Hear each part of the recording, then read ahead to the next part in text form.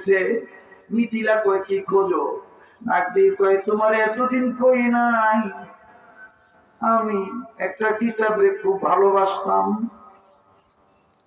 আমি কোরআন শরীফটা তোমার না কইয়া লুকাইয়া আনছিলাম, এই কোনায় রাখছিলাম, আমি ধরি নাই পড়ি নাই, শুধু একটু দেখছি।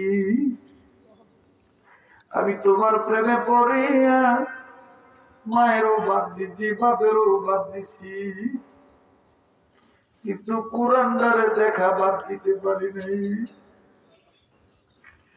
আমার বাংলায় এই কোরআন আমি কেন পাই না, কেন আমি দেখি না? গুনাহ করতে করতে, হিসাব করতে করতে কলবে ময়লা দাগ পড়ে গেছে, এই জন্য এখন আর অনেকের চোখে পানি আসে না।